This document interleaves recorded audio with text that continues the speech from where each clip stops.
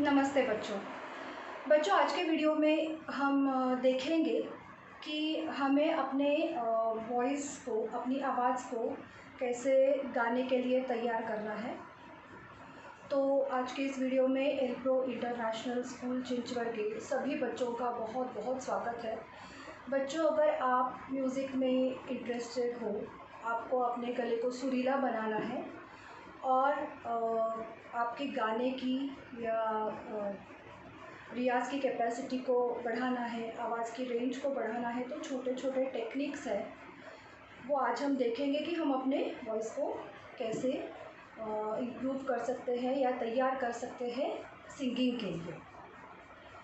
बच्चों, हमारी आवाज़ गले से निकलती है। गले में वोकल कॉर्ड्स नाम की एक मशीन होती है। इससे हम जो भी बात करें, गाना गाएं, जो भी साउंड गले से निकलता है वो यहाँ से निकलता है।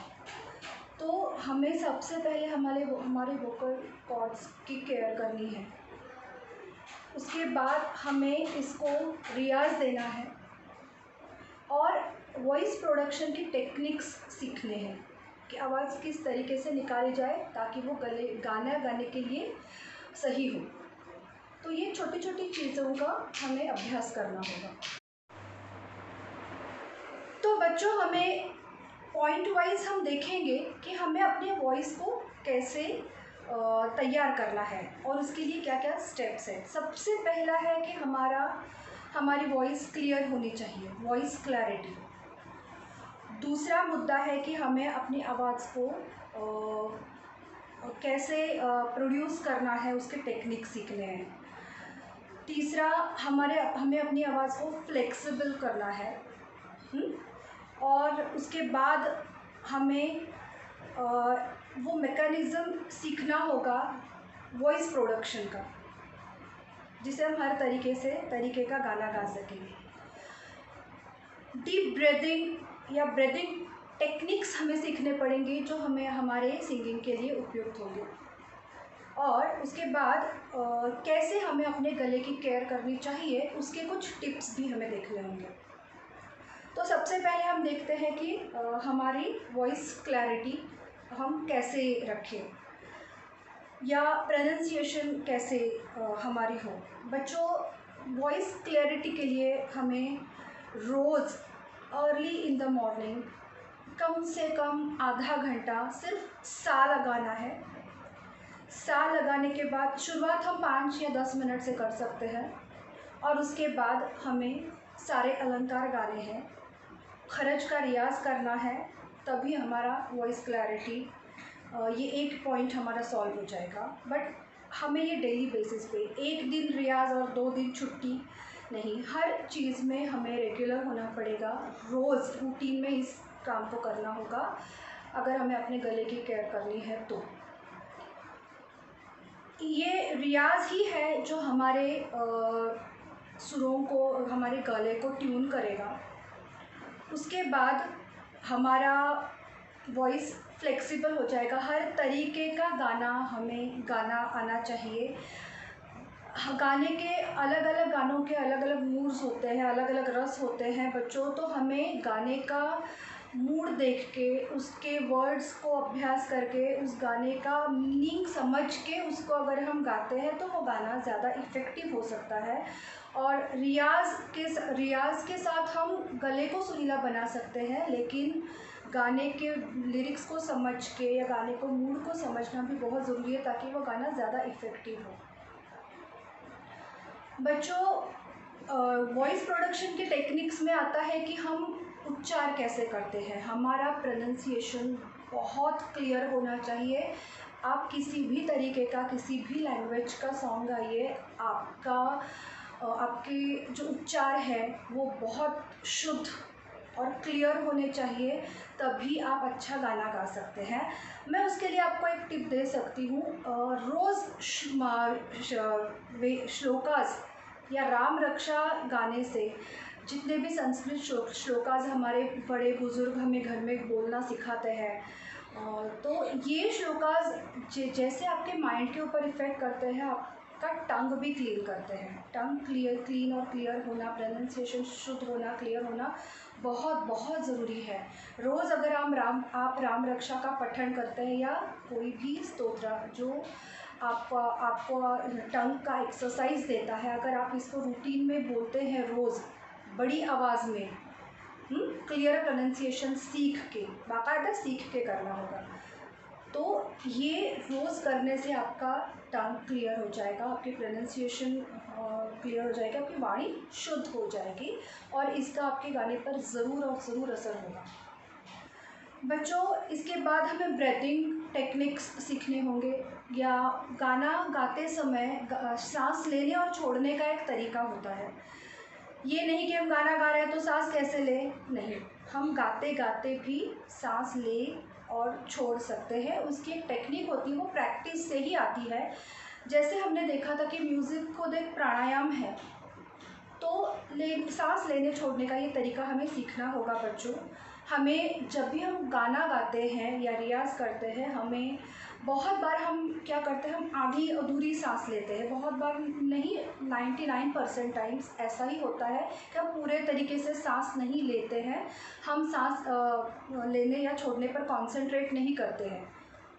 बस सांस आ रही है, जा रही है, हम इतना ध्यान नहीं देते हैं कि हम किस टेक्निक से हमें एक्चुअली हम पूरे तरीके से अगर सांस ले तो ये हमारे लंग्स के लिए और हमारे गाने के लिए, दोनों के लिए अच्छा है। तो पूरे तरीके से सांस कैसे ली जाए? अगर हम जब सांस ले रहे हैं तो आप चेस्ट पे हाथ रख के देखिए। अगर आप सिर्फ यहीं से सांस ले रहे हैं तो आपका सीने पे प्रेशर आएगा या आपका सीना अंदर बाहर हो रहा है, आपको महसूस होगा। लेकिन गाना गाने के लिए आपको पेट से सांस लेनी होगी।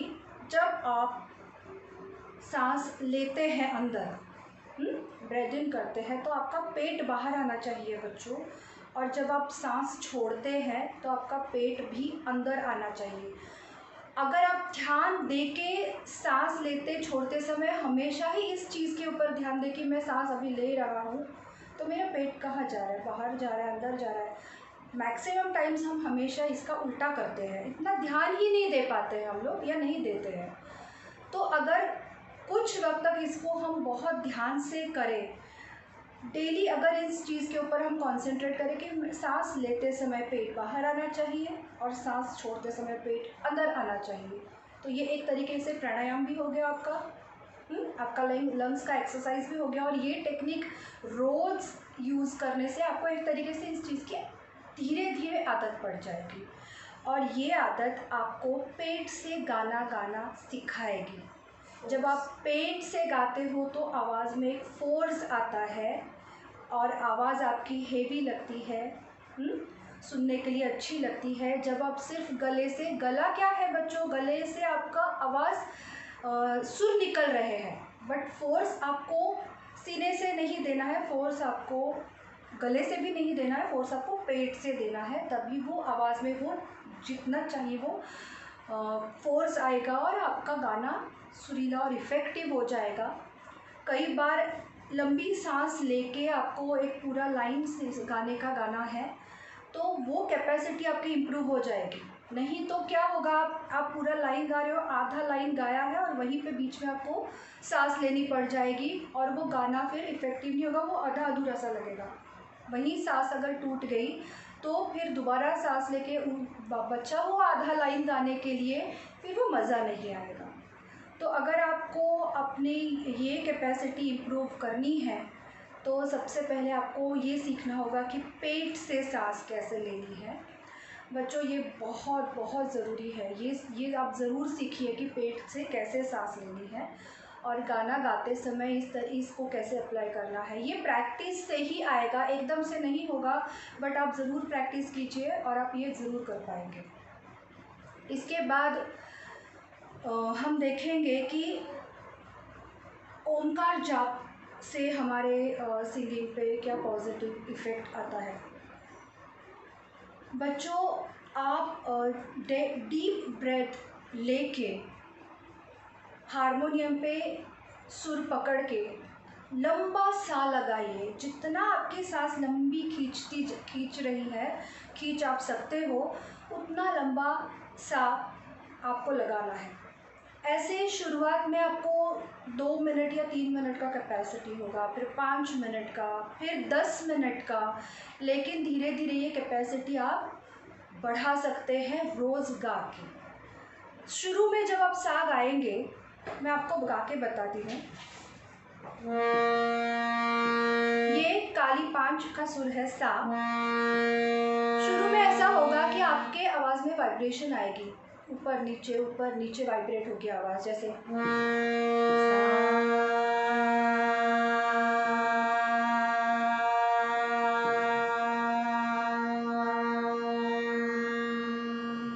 ये कांस्टेंट एक ही इस फ्रीक्वेंसी में ये नोट जाना चाहिए। शुरू में होगा ये सा, ये हो सकता है, कोई बात नहीं, आप इसको रोज़ रियाज कीजिए और ट्राई कीजिए कि ये इस सुर पे, इस नोट पे आप कांस्टेंट रहें। जब आप इसको रोज़ प्रैक्टिस करेंगे तो धीरे धीरे आपका एक सुर पे आप कितना सेकंड्स, आप वो क्लॉक यूज़ कीजिए और देखिए कि एक नोट पे आप कितना देर, कितना सेकंड्स के लिए ठहर सकते हैं। जब आप इसको कांस्टेंट सुर लगाएंगे तो टाइम के साथ साथ इसका स्थिर होना स्वर का भी ज़रूरी है। इसमें जितना कम वाइब्रेशन आएगा, जितनी स्ट्रेट आवाज़ आएगी, उतना वो आप सही जा रहे हो, आपका रियाज बिल्कुल सही जा रहा है। फिर से देखिए, take a deep breath and sing सा। मेरी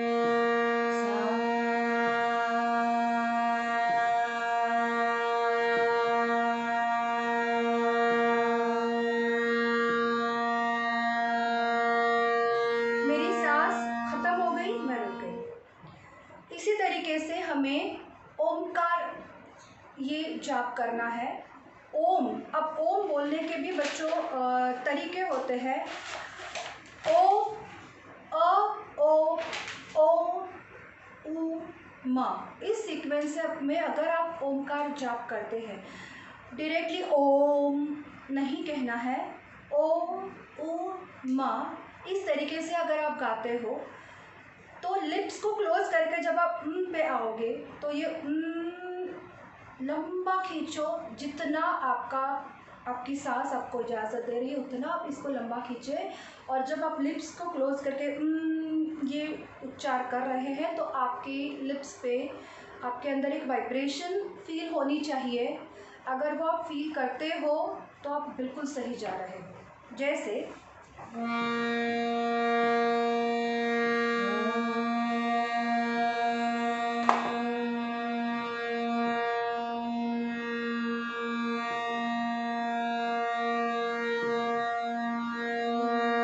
again take a deep breath.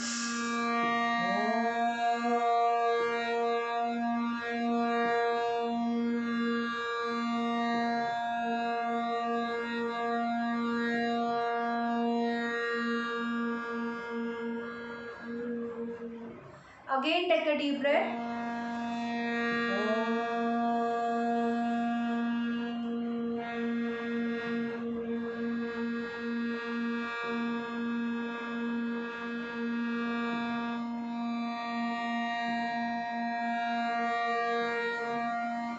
आपकी सांस खत्म हो गई, आपको रुक जाना है, दोबारा डीप ब्रेथ इन करके आपको दोबारा से ओम गाना है। ओ, उ, म, इस तरीके से प्रोनाउंस करके, और उसके बाद ये गाते समय जैसे भंवरे की गुंजन होती है ना,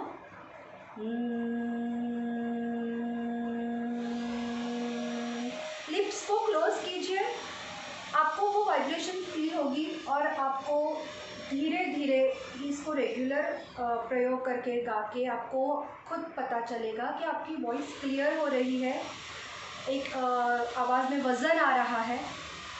तो इस तरीके से डेली ओमकार जाप जितना हो सके, शुरुआत आप 5 मिनट से कीजिए, फिर 10 मिनट तक जाइए, और उसके बाद आप अलंकार प्रैक्टिस कीजिए। अलंकार मीन्स सारे गामा पधा निसा सा नि धा पा मा गा रे सा, इन स्वरों के अलग अलग कॉम्बिनेशंस बना के हमें अपने गले को एक्सरसाइज देना है। रोज़ इसको करके हम अपने गले को सुरीला बना सकते हैं। बच्चों, ये हो गया रियाज़ के बारे में। अब हम देखेंगे कि हमें अपनी वॉइस की केयर कैसे करनी है, ये ख़राब ना हो या सुरीली बनी रहे। रियाज़ के साथ साथ ये सब केयर करना भी बहुत ज़रूरी है बच्चों। तो सबसे पहले आता है कि हमें, अगर हमारा वोकल कॉर्ड्स यहाँ है ना गले में, तो हमें नेक से जुड़े हुए सारे स्ट्रेचिंग एक्सरसाइजेस डेली करने हैं। जैसे ये हो गया, ये हो गया, यहाँ पे प्रेशर आएगा, स्ट्रेट, अगेन अपोजिट साइड, ये हो गया।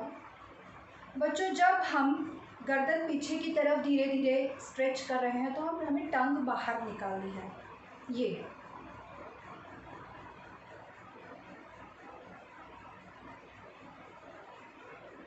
तो यहाँ पे गले के अंदर आप महसूस करेंगे कि हमारे यहाँ पे वोकल कॉर्ड्स में एक स्ट्रेचिंग महसूस करेंगे आप, और ये इससे गला साफ़ होने में मदद हो जाएगी। सबसे पहले स्ट्रेचिंग। उसके बाद हमें अपने बॉडी को हमेशा हाइड्रेट रखना है, गले को हाइड्रेट रखना है। मीन्स हमें थोड़ी थोड़ी देर में पानी, गुनगुना पानी ज़रूर पीना चाहिए, या सादा पानी, ठंडा पानी या ठंडी चीज़ें हमें ज़्यादातर अवॉइड करना चाहिए। Once in a while it is okay. आप कभी कभार पार्टी में जा रहे हो, बर्थडे पार्टी में जा रहे हो, किसी फंक्शन में जा रहे हो, then it is okay. But regular basis पे हमें जितना हो सके गुनगुना पानी ही पीना चाहिए, या गुनगुना पानी आप नहीं पी सकते हैं तो सादा प्लेन वाटर जिसको कहते हैं, सिंपल रूम टेम्परेचर में जो पानी होता है वो पानी आप टैप का पी सकते हैं।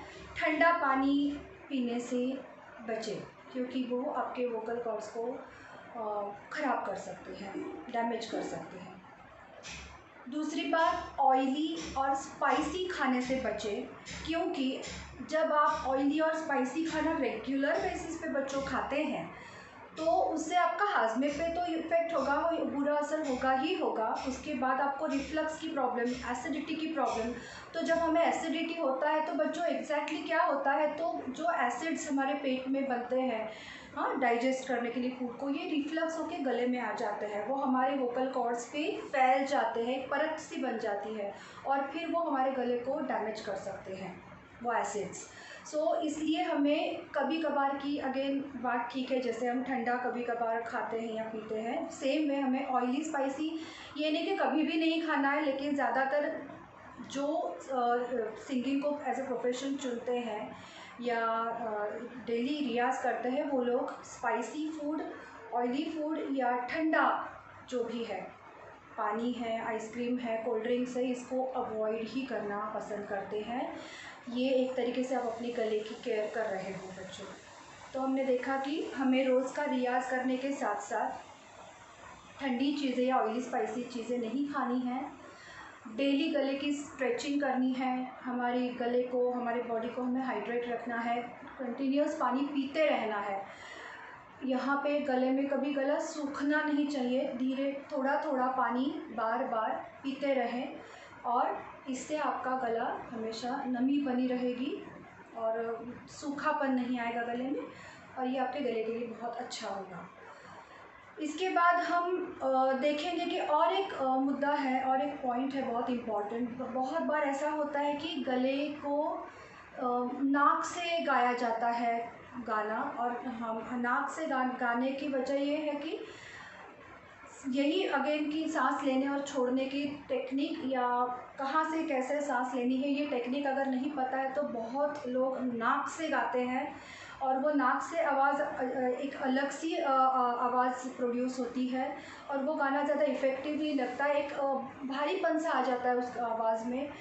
और अगर हम गले से गाते समय पेट से फोर्स दे, पेट से सांस ले, तो वो गाना बहुत ज़्यादा इफ़ेक्टिव होगा। गले से एक प्रॉपर फोर्स निकलेगा, और ये प्रॉपर जब फोर्स निकलेगा तो एक जो आवाज़ में जो एक हेवीनेस आपको रिक्वायर्ड है वो आ जाएगा। और नाक से गाना आप अवॉइड कीजिए, गले से गाइए, पेट से सांस लीजिए, तो वो नाक से गाने वाली प्रॉब्लम धीरे धीरे धीरे कम होती जाएगी। आप बस ध्यान दीजिए रोज़ कि आप सांस कैसे ले रहे हैं, कैसे छोड़ रहे हैं। हवा आप सांस लेते समय पेट बाहर आ रहा है या नहीं। पेट पर हाथ रखिए और आप खुद रोज़ नोटिस कीजिए ये चीज़ें। धीरे धीरे धीरे आपको सही तरीके से सांस लेने और छोड़ने की आदत पड़ जाएगी और फिर आपकी नाक से गाने की प्रॉब्लम भी हट जाएगी, ख़त्म हो जाएगी। आप सही तरीके से आपकी आवाज़ को वज़न दे पाएंगे। तो ये कुछ टेक्निक्स है बच्चों की, किस तरीके से हमें अपनी आवाज़ को डेवलप करना है सिंगिंग के लिए। मैं एक बार फिर से आपको रिवाइज़ करती हूँ। सबसे पहले हमें अपने गले को क्या चाहिए अच्छा गाना गाने के लिए, तो हमारी वॉइस फ्लेक्सिबल होनी चाहिए, हमारी गाने की कैपेसिटी हमें इम्प्रूव करनी चाहिए, या हमारे गले को हमें सुरीला भी बनाना है, वर्सटाइल भी बनाना है।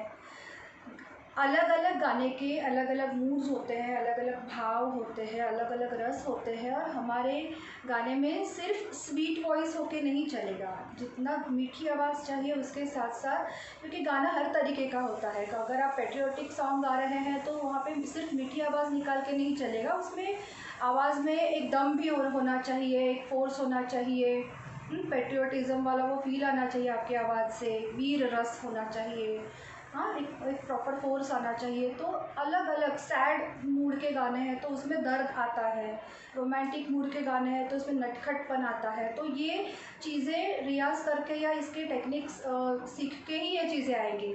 बिना सीखे, मैं फिर कहती हूँ बच्चों, हर विद्या के लिए, किसी भी विद्या को सीखने के लिए गुरु की आवश्यकता होती है। बिना गुरु के हम किसी भी विद्या में निपुण नहीं हो सकते हैं। आजकल हर पाठ, हर सब्जेक्ट के ऊपर आपको गूगल करेंगे, यूट्यूब चैनल्स आप सर्च करेंगे तो आपको हर चीज़ मिल जाएगी। लेकिन आमने सामने गुरु शिष्य बैठे हैं और सीख रहे हैं या सिखा रहे हैं, तो वो जो मज़ा है और वो जो इफ़ेक्ट है ये कहीं और आपको नहीं मिलेगा। तो हर चीज़, हर कला सीखने के लिए गुरु की आवश्यकता होती है। बिना गुरु के हम किसी भी चीज़ में, किसी भी सब्जेक्ट में निपुण नहीं हो सकते। फिर भी आप YouTube चैनल्स को सर्च करके उनकी सहायता से ज़रूर आप अपने गाने के टेक्निक्स को इम्प्रूव कीजिए। रोज़ अलंकार गाइए, रोज़ सा लगाइए 10 मिनट के लिए, ओमकार जाप कीजिए। उसके बाद सबसे ज़रूरी और अहम बात है बच्चों, रोज़ आप प्राणायाम का प्रैक्टिस ज़रूर कीजिए, 5 या 10 मिनट जितना हो सके।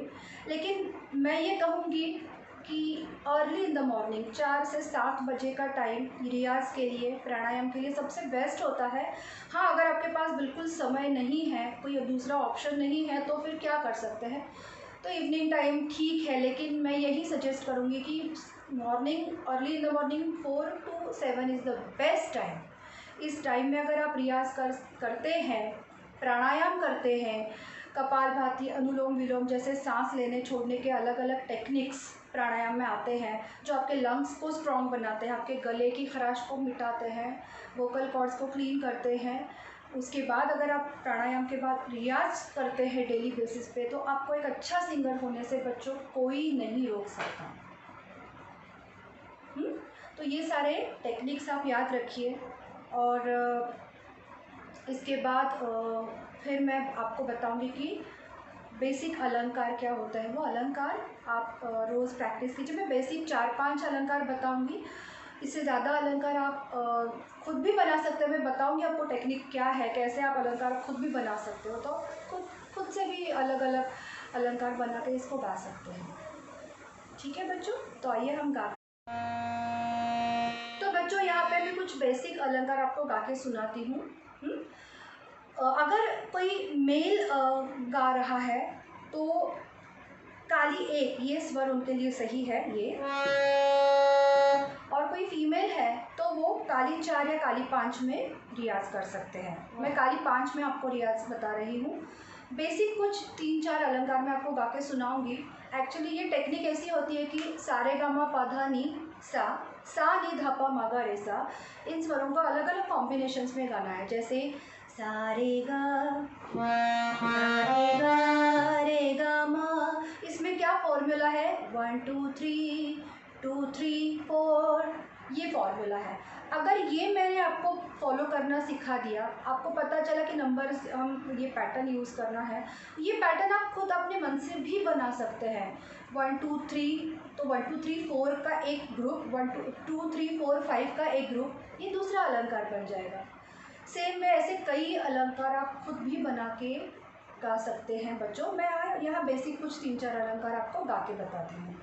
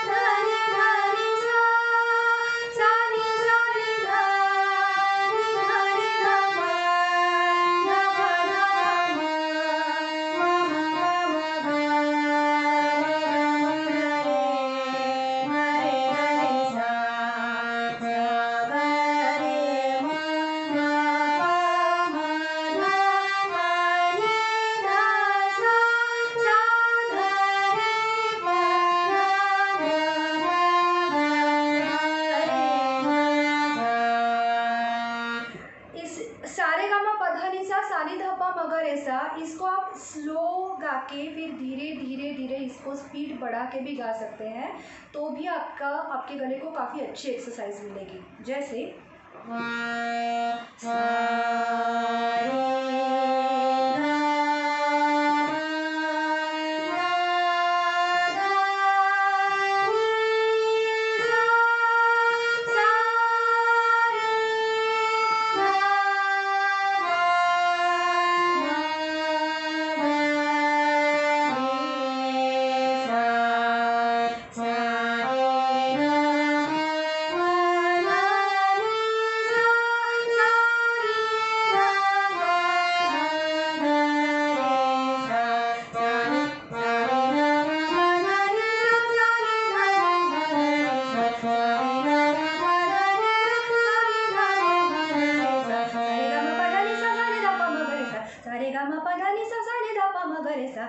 धीरे धीरे धीरे पहले हमने एक बीट पे एक स्वर गाया, फिर एक बीट में हमने 2 स्वर, एक बीट में 4 स्वर, ऐसे हम डबल डबल डबल करते जाएंगे और इसको डेली प्रैक्टिस करेंगे।